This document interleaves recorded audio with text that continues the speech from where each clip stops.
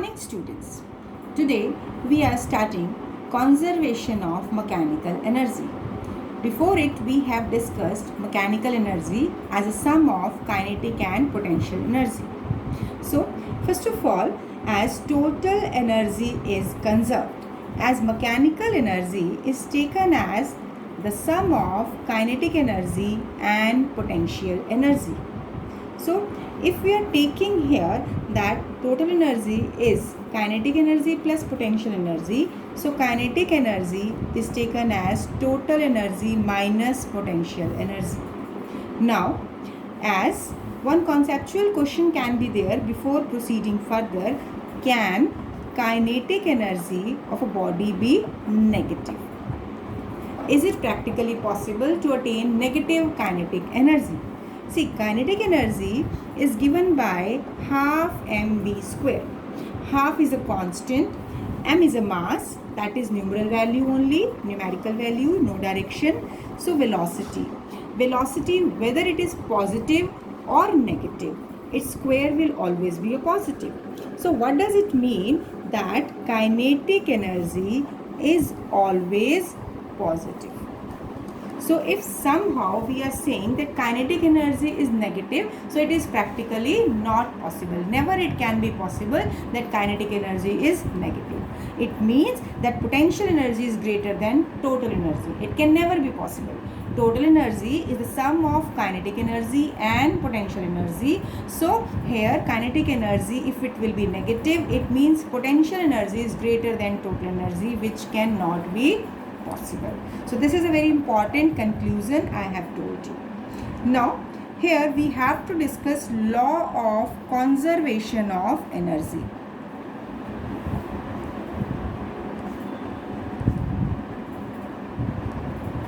This law of conservation of energy, see, we have done in my previous video that potential energy of an elastic spring is the sum of kinetic energy and potential energy. In studying its graph, we have discussed that how potential energy is changing into kinetic energy and the process continues. Here we will discuss it when we are taking a case for a freely falling body. Let m be the mass of a body which is held at point A. Now here basically let the body is falling from A and reaching to reference ground point, that is B. So at each and every point total energy will remain to be same, remain to be constant.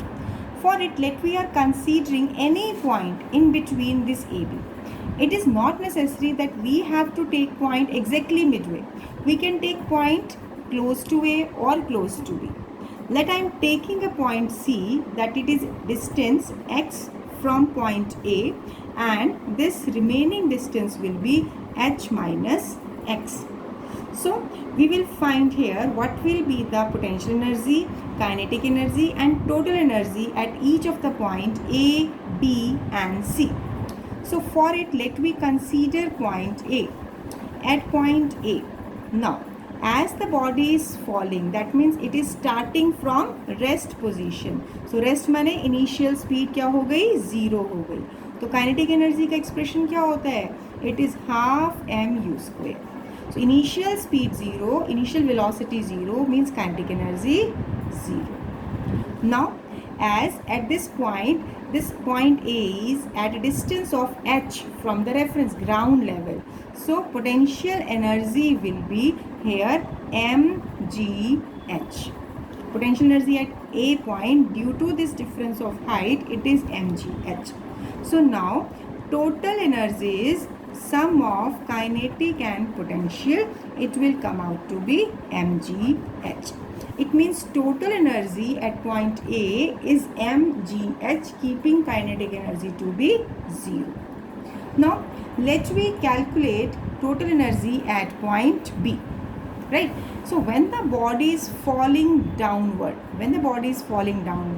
its distance, its height from the reference level will become 0. So आप कह सकते हैं जब body B point पर पहुंच गई तो height क्या हो जाएगी, 0. लेकिन जब बॉडी A पॉइंट से B बी पॉइंट की तरफ आ रही है तो इसकी स्पीड, इसकी वेलोसिटी इंक्रीज होना शुरू हो जाएगी और before touching the ground it will have maximum speed और मैक्सिमम वेलोसिटी। तो अब हम यहाँ देखेंगे कि बी पॉइंट पे सारी पोटेंशियल एनर्जी काइनेटिक एनर्जी में कन्वर्ट होती है। So let's see, let's solve it. Let at point B, when we are taking point B, here potential energy is 0 because here vertical distance, vertical height is 0. Now kinetic energy will be half m. Let v be the velocity at point B. हमने ये point लिया है, this is B, this is A. Now corresponding to it,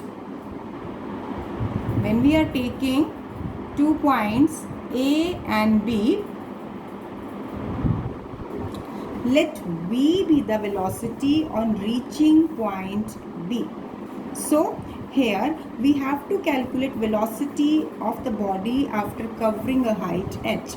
So here we will apply equation of motion v square minus u square 2gh. V is the velocity at B, u is the velocity that is 0 at point A, and vertical distance is h. It means v square is 2gh. Now put this value in kinetic energy expression. So kinetic energy will be half m 2gh. So again it comes out to be mgh. So you can see here potential energy is 0 but kinetic energy is mgh. It means on reaching ground point, on reaching point B, entire potential energy is converted into kinetic energy. It means total energy at point B, this is entirely kinetic energy, but the expression comes out to be same. यहाँ expression वही आया है जो point A पर potential energy की वजह से था। अब इसको और क्लियर करने के लिए हमने क्या किया था, एक पॉइंट बीच में भी कंसीडर किया है। हमने C पॉइंट लिया था डिस्टेंट x फ्रॉम A, तो रिमेनिंग डिस्टेंस हो गया h माइनस एक्स। अब इसके लिए बेसिकली हम क्या करेंगे, हम दोनों ही एनर्जीज निकालेंगे। देखिए जैसे जैसे कोई भी बॉडी A से ग्राउंड की तरफ आ रही है उसकी हाइट डिक्रीज हो रही है, तो यानी अगर बॉडी C पॉइंट पर आ गई तो उसकी हाइट ग्राउंड से कितनी रह गई, h माइनस एक्स। यानी C पॉइंट पर बॉडी के अंदर कुछ पोटेंशियल एनर्जी होगी, लेकिन इसका रिमेनिंग पार्ट इस पॉइंट पर काइनेटिक एनर्जी में कन्वर्ट हो चुका है। तो अगर हम कहते हैं at C point, you will see that at point C potential energy will be existing due to distance, due to this distance h minus x, whereas kinetic energy will be half m. अब velocity कौन सी होगी, let v1 be the velocity of body at point C, तो यहाँ क्या लिखेंगे v1 square. अब इस v1 को निकालने के लिए फर्दर हम इक्वेशन ऑफ मोशन यूज़ करेंगे। देखिए कैसे, v1 square minus you square 2g, distance कितना होगा, A से C का डिस्टेंस कितना लिया है, x लिया है, तो यहाँ पर v1 square minus 0 equal to 2gx। तो kinetic energy at point C कितना हो गया, half m 2gx means mgx। So what does it conclude, that total energy corresponding to sum of kinetic energy and potential energy, this is mgx. This is kinetic energy और potential energy कितनी है, mgh minus x. अब इसे expand कीजिए, mg दोनों में ही common है, तो क्या हो गया, h plus x not h, x plus h minus x से x कैंसिल, तो क्या आया, expression is same. What we conclude कि बॉडी अगर किसी भी पॉइंट से नीचे आ रही है तो इसके मोशन में complete either energy at point A और सी और बी और बीच के किसी भी पॉइंट पर बेशक energy, potential energy kinetic energy में कन्वर्ट हो रही है, यहाँ पर पोटेंशियल एनर्जी डिक्रीज हो रही है नीचे आते हुए और काइनेटिक एनर्जी बढ़ रही है, लेकिन टोटल एनर्जी हर पॉइंट पर क्या रहेगी, कांस्टेंट रहेगी। So this is basically law of conservation of energy in freely falling body. So now as total energy at every point is mgh. It means अगर मैं total energy यहाँ represent करूँ, this is by E equal to mgh, constant है. अब अगर हम ये कहते हैं कि अगर हम कहते हैं कि हाईएस्ट पॉइंट पर, यानी ए पॉइंट जो हमने शो किया था, इस ए पॉइंट पर टोटल एनर्जी कौन सी है? पोटेंशियल है. और h डिस्टेंस कवर करने के बाद इसकी पोटेंशियल एनर्जी क्या हो गई? 0. यानी ये जो स्ट्रेट लाइन है ये क्या इंडिकेट करेगी? Potential energy. क्यों? क्योंकि जैसे जैसे डिस्टेंस कम हो रहा है, जैसे जैसे h की वैल्यू डिक्रीज़ हो रही है, पोजीशन यहाँ पर चेंज हो रही है, यानी हाईएस्ट पॉइंट से ग्राउंड के विद रिस्पेक्ट में पोटेंशियल एनर्जी डिक्रीज़ हो रही है. लेकिन ये पोटेंशियल एनर्जी कन्वर्ट किस में हो रही है? ये कन्वर्ट हो रही है काइनेटिक एनर्जी में. तो ए पॉइंट पर काइनेटिक एनर्जी क्या है? 0 है. और ग्राउंड पॉइंट पर टच करने से पहले इसकी काइनेटिक एनर्जी मैक्सिमम है. कितनी होगी? सेम, जो कि टोटल एनर्जी देगा. So now it will be represented by this. यानी ये जो डॉटेड लाइन है ये क्या देगा? Kinetic energy. और ये सॉलिड लाइन देगा potential energy. So this is the graphical representation of energy, total energy, kinetic energy, potential energy with changing distance, changing position. So this is all about law of conservation of energy. Now, next we are taking very brief result of mass energy equivalence. Mass energy equivalence, what do you mean by it? See, we are familiar with the term mass, we are familiar with the term energy, as we have considered that mass cannot be conserved independently. हम क्या लेते हैं? Mass and energy are not conserved separately. But यहाँ हम study करेंगे कि mass and energy are conserved as a single entity, that is mass energy. यानी combined entity, combined result के फॉर्म में कंजर्व हो गया. अब इस कॉन्सेप्ट को किसने दिया? Einstein. Einstein was a scientist who has given this particular concept. That what he has said, that energy and mass, these are interconvertible.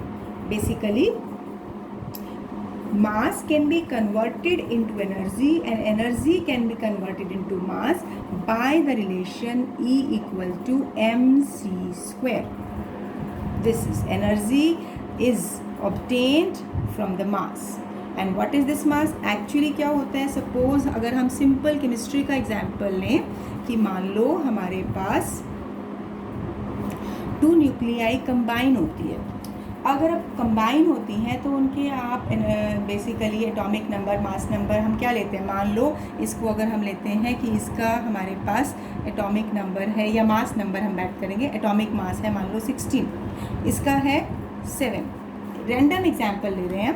Chemistry में जो आप केमिकल रिएक्शंस करते हैं या पीरियोडिक टेबल से कोई भी एलिमेंट्स उठाते हैं, अब यहाँ पर जो ये मास नंबर है आप होल नंबर लेते हो, लेकिन अगर डिटेल में देखा जाए तो इसके फ्रैक्शन में भी कोई value 0.0021 like 7.1313. So if x and this y, this combined, let we are getting z, so their atomic mass will be 23. तो इस केस में तो कोई डिफरेंस नहीं है. बट एक्चुअल सेंस में जब हम मास नंबर, जो फ्रैक्शन अमाउंट होता है, ये डिफरेंस ऑफ मास पर्टिकुलरली जो होता है, जो इस z का एटॉमिक मास होगा और इन दोनों के सम का जो मास होगा, उसमें बहुत माइन्यूट डिफरेंस होता है. उस डिफरेंस को मान लो यहाँ पर हम लेते हैं, उसको हम स्मॉल m लेते हैं. यानी sum of masses of x and y, मान लो उसको m1 लिया और z का मास हो गया m2. तो इसमें बहुत माइन्यूट फ्रैक्शनल अमाउंट डिफरेंस होता है. लेकिन अगर उस वैल्यू को हम c² स्पीड ऑफ लाइट से मल्टीप्लाई कर देते हैं तो उस केस में उतनी ट्रेमेंडस amount of energy will be liberated in a reaction. So Einstein had worked upon it. Although this concept we will study in chemistry in detail, but here what we are saying that this energy which you are getting, this is not from the external source but system के अंदर ही है. system के अंदर जो आपके ये कह सकते हैं कि जो elements में जो energy transformation फॉर्मेशन हुआ है वो उन एलिमेंट्स के मासेस के कन्वर्जन में ही प्रोड्यूस हो रही है। यानी वो डिफरेंस कहाँ से आया, क्योंकि इस फ्रैक्शनल वैल्यू को कभी भी कंसीडर नहीं करते हैं, हम होल नंबर को कंसीडर कर लेते हैं। लेकिन जब इस डिफरेंस को हम यहाँ लिखते हैं प्लस, यानी दैट डिफरेंस अब ये एनर्जी की फॉर्म में आता है। यानी यहाँ इसके साथ कभी भी आप केमिस्ट्री में भी रिएक्शंस पढ़ते हैं तो कुछ एनर्जी रिलीज होती है, वो एनर्जी का रिलीज का जो सोर्स है वो कहाँ आता है, वो यहीं से आता है। So that del mc square is the release of energy. So here in general terms we say that Einstein has said that mass and energy are not converted separately but these are interconvertible. अगर इसी मास को, जो mass defect जिसको कहा था, उसको हमने speed of light से मल्टीप्लाई किया तो यहाँ पर हमारे पास एनर्जी ऑब्टेन हुआ. So here but m is taken as m naught upon under root of 1 minus v square by c square. ये भी एक रिजल्ट आप यूज़ कर रहे हैं क्योंकि ये थोड़ा सा हायर लेवल का कॉन्सेप्ट है. ये आप देखिए एम नॉट होता है रेस्ट मास. कभी भी किसी चीज़ का, किसी ऑब्जेक्ट का मास वेरिएबल सुनते हैं नहीं, मास हमेशा हम कांस्टेंट लेते हैं. लेकिन यहाँ इस एक्सप्रेशन में हम बात कर रहे हैं m equal to m not upon under root of 1 minus v square upon c square. यानी कि अगर if v is very less as compare to c, speed of light कितनी होती है 3 × 10⁸ मीटर पर सेकेंड. तो इसके कंपैरिजन में किसी भी ऑब्जेक्ट की बहुत ज़्यादा स्पीड होगी, वो भी किलोमीटर्स में होगी, लेकिन इस लाइट स्पीड ऑफ लाइट को अप्रोच नहीं कर सकते. तो v की वैल्यू हर पॉसिबल कंडीशन में c से बहुत कम होती है. तो जिस केस में v स्क्वायर की वैल्यू c स्क्वायर से भी बहुत कम होगी, अल्टीमेटली ये फैक्टर हमेशा इग्नोर हो जाता है और mass of body equal to rest mass. लेकिन अगर किसी बॉडी का मास, किसी बॉडी के मास अगर वेरिएबल होता है, वो किस कंडीशन में होता है, जब v यानी उस बॉडी की, उस पार्टिकल की स्पीड ऑफ लाइट के इक्वल हो जाती है.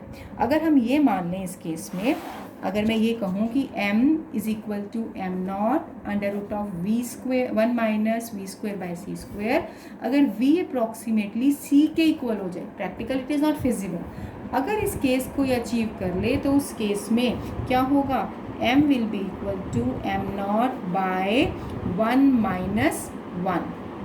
v अपॉन सी अप्रॉक्सीमेटली 1 के इक्वल हो जाएगा तो उसका स्क्वायर भी 1 होगा, तो मास इनफाइनाइट लार्ज हो जाता है. तो हालांकि ये कंडीशन सिर्फ समझने के लिए हम बोलते हैं, क्योंकि प्रैक्टिकली ऐसा पॉसिबल नहीं है कि किसी भी पार्टिकल की स्पीड ऑफ लाइट के इक्वल अप्रोच कर जाए. तो जनरल कंडीशन में हम बॉडी का मास क्या ट्रीट करते हैं, रेस्ट मास के इक्वल ट्रीट करते हैं. यानी कोई भी बॉडी मूव करती है उसकी स्पीड ऑफ लाइट से बहुत कम है. तो आइंस्टाइन इक्वेशन ऑफ मोशन क्या रह जाती है, E equal to mc square. यहाँ वर्क एनर्जी पावर में इसके ऊपर एक दो न्यूमेरिकल एक्सरसाइज में है. डिटेल में ये कॉन्सेप्ट आप 12th में पढ़ते हैं, केमिस्ट्री में भी यूज़ करते हैं और फिजिक्स में भी करते हैं. केमिस्ट्री में पहले यूज़ करेंगे आप इसे. सो जनरल मास एनर्जी इक्विवेलेंस में हमने एक कंक्लूजन निकाला है, जस्ट स्टडी किया है कि मास हम सेपरेटली कंजर्व नहीं करते हैं, जबकि मास का कन्वर्जन एनर्जी में होता है according to Einstein relation. So this is the theoretical part which I have covered today. Now on the basis of mechanical energy we will discuss few numericals. Now see here in the statement numerical 1. Now this is NCERT exercise question, so I am just taking this question first. Total energy E function in one dimension.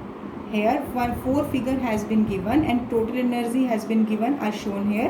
Here total energy of the particle is indicated by cross mark. Cross mark you can see in this figure, this is represented by cross mark on energy axis.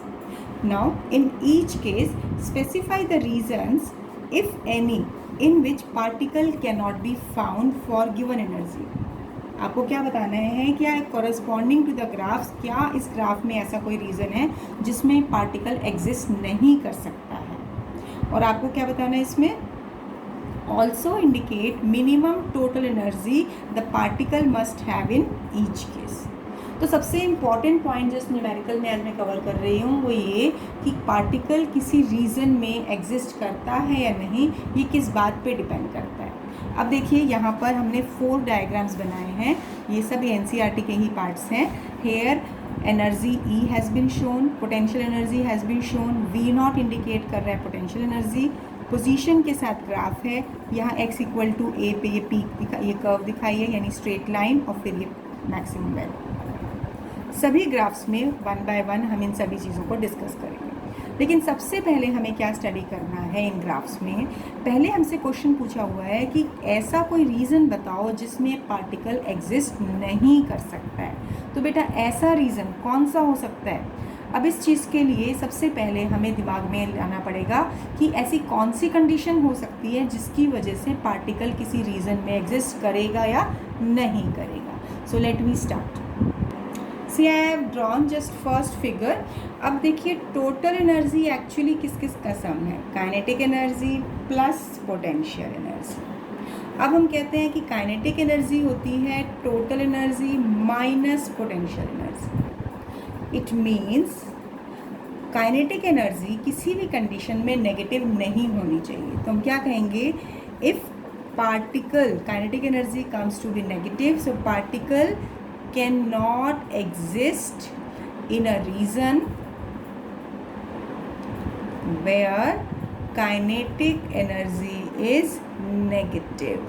Particle उस region में exist ही नहीं करेगा जहाँ kinetic energy negative होगी। अब इधर देखिए, यहाँ पर हम देख रहे हैं इस ग्राफ में, इस पर्टिकुलर प्लॉट में देखिए E है टोटल एनर्जी जो कि क्रॉस से रिप्रेजेंट की है। अब यहाँ टोटल एनर्जी को पोटेंशियल एनर्जी से कम दिखाया गया है। टोटल एनर्जी यहाँ पर लेस है और पोटेंशियल एनर्जी ज़्यादा है। तो एज पर दिस जब टोटल एनर्जी लेस हो गई तो यहाँ पोटेंशियल एनर्जी ग्रेटर होने से काइनेटिक एनर्जी नेगेटिव हो जाएगी। So here particle can not exist in the region.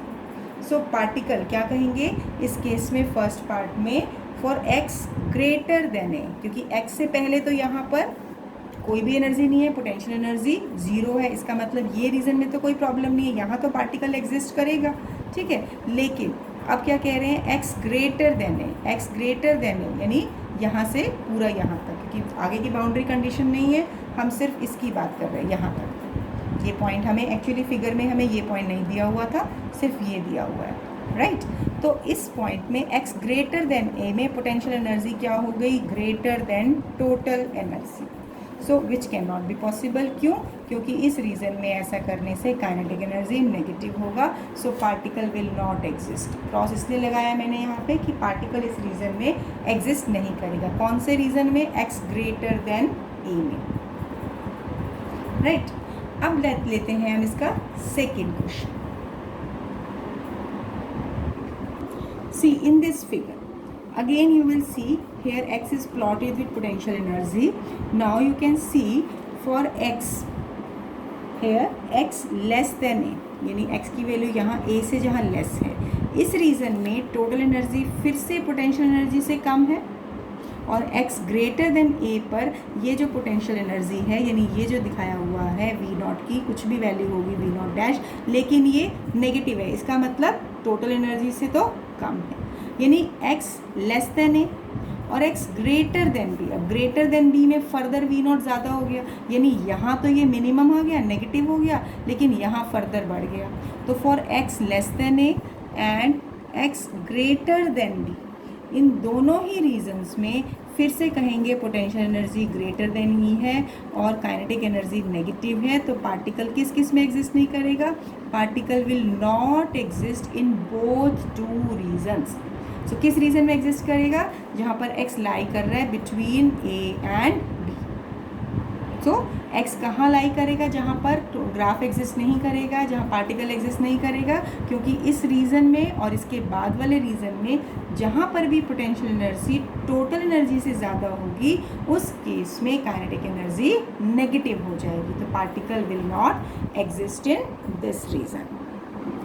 So now here in this third part, now you can see here potential energy is further plotted with distance x. So here limits have been given, x value is a, b, c, d. First of all you have to pay attention कि इस case में energy यानी कि total energy किस case में potential energy से ज़्यादा है। यहाँ देखिए x अगर a से लेस है या b या c या d रेंज, यानी x की value a, b, c up to d, यानी इन चारों केसेस में ही पार्टिकल की पोटेंशियल एनर्जी टोटल एनर्जी से बढ़ रही है, ज़्यादा है। तो यहाँ पर तो पार्टिकल एग्जिस्ट ही नहीं कर सकता। तो टोटल इस ग्राफ के according particle will not exist in any region. Why? Again kinetic energy will be negative.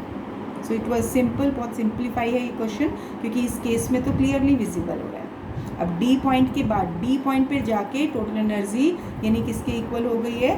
Total energy equal हो गई है पोटेंशियल एनर्जी की। तो काइनेटिक एनर्जी कितनी होती है? इट इज़ एनर्जी माइनस दी, तो इसके मतलब वो एनर्जी भी ज़ीरो हो जाएगी। अब आइए लास्ट पार्ट। इस पार्ट में देखिए, basically again you will C particle कहाँ कहाँ एग्जिस्ट नहीं कर सकता। अब ये पोटेंशियल एनर्जी को हमने डिस्टेंस के साथ प्लॉट किया दोनों तरफ की एक्सिस पर। अब यहाँ देखिए पोटेंशियल एनर्जी जब हम देख रहे हैं x की वैल्यू लाई कर रही है कहाँ से कहाँ? It is lying between this point is not label -b/2 and this is b/2। So you can see कि जिस रीजन में पार्टिकल लाई कर रहा है यानी -a/2 टू -b/2। अब इस रीजन में देखिए यहाँ पर पोटेंशियल एनर्जी बढ़ गई है। क्यों? क्योंकि एनर्जी टोटल एनर्जी से ज़्यादा हो गई है। ऐसे ही ये वाला रीज़न, यहाँ पर भी ये जो कर्व है ये तो पोटेंशियल एनर्जी का है। तो पोटेंशियल एनर्जी इस रीजन में भी टोटल एनर्जी से ज़्यादा हो गई है। तो उस केस में हम कहेंगे when x lying between that is -b/2 to -a/2, similarly x lying between a/2 to b/2, इन दोनों ही रीजन में यानी यहाँ से यहाँ और यहाँ से यहाँ क्या है? काइनेटिक एनर्जी नेगेटिव आ रही है। तो पार्टिकल कैन नॉट एग्जिस्ट। तो कहाँ एग्जिस्ट कर सकता है? इस रीजन में एग्जिस्ट कर सकता है, यानी यहाँ पर पोटेंशियल एनर्जी टोटल एनर्जी से कम है। सो basically by the concept of mechanical energy we have got a very important conclusion that kinetic energy of a body cannot be negative. If it is negative, it means that situation is wrong, that condition cannot be possible because a body or a particle cannot have negative kinetic energy. So just repeat all this video and watch this numerical once again to get more clarity.